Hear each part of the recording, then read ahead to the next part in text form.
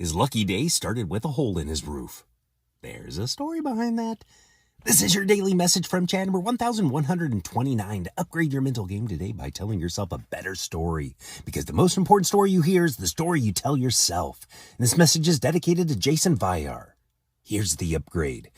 When something crashes into your life, you see the damage, but upgraded thinking asks what the impact delivered. Here's the story. On July 16th, 2024, a homeowner in Hillsborough, New Jersey heard a crash upstairs.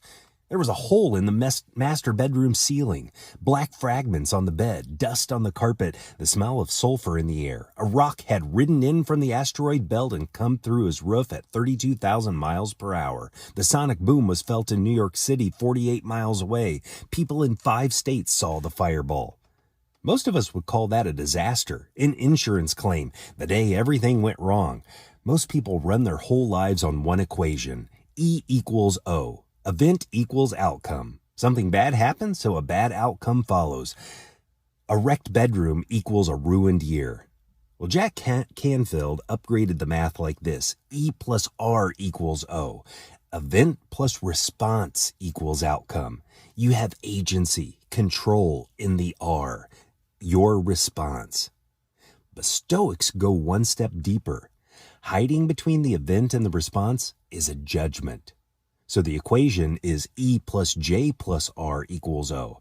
Before you respond to anything, you decide what it means. Marcus Aurelius said it this way. If any external thing causes you distress, it's not the thing itself that troubles you, but your own judgment about it. And this you have the power to eliminate right now. I'll repeat that. If any external thing causes you distress, it's not the thing itself that troubles you, but your own judgment about it. And this you have the power to eliminate right now. Watch the equation work. Think about this event with the meteorite. A rock wrecks the bedroom. The judgment the homeowner made, this is not wreckage. This might be worth something. The response that followed from that judgment, he got disposable gloves, aluminum foil, glass jars. He preserved the fragments like evidence. The outcome? Well, now 2 years later, scientists from NASA and SETI Institute published their findings in Science Advances.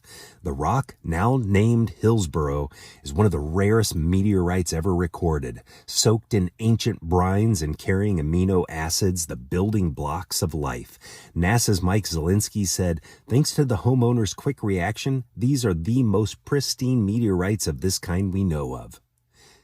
Same event, different judgment. The whole equation changes. Another homeowner sweeps those fragments into the trash and files an insurance claim. Same rock, same hole. The event didn't determine the outcome. The judgment did. That's why Viktor Frankl says freedom lives in the gap between stimulus and response. It's not avoiding the stimulus, in the gap where you choose what it means.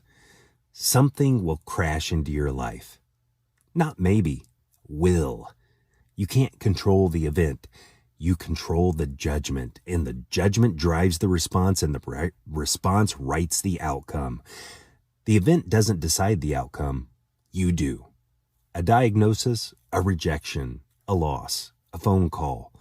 The question is not whether you get hit. The question is whether you treat the wreckage like garbage or like a gift. The better story to tell yourself is, this impact is carrying a gift. Preserve the fragments. Slow down before you react. Don't let the sulfur smell of the first day convince you nothing good landed. Some of what crashes into you traveled a long way to get here, and it may take 2 years before you find out what it is carrying. Tell me a story of a crash that turned out to be a delivery to fromchadsmith@gmail.com. Send someone a text and ask them, what hit you that turned out to be a gift?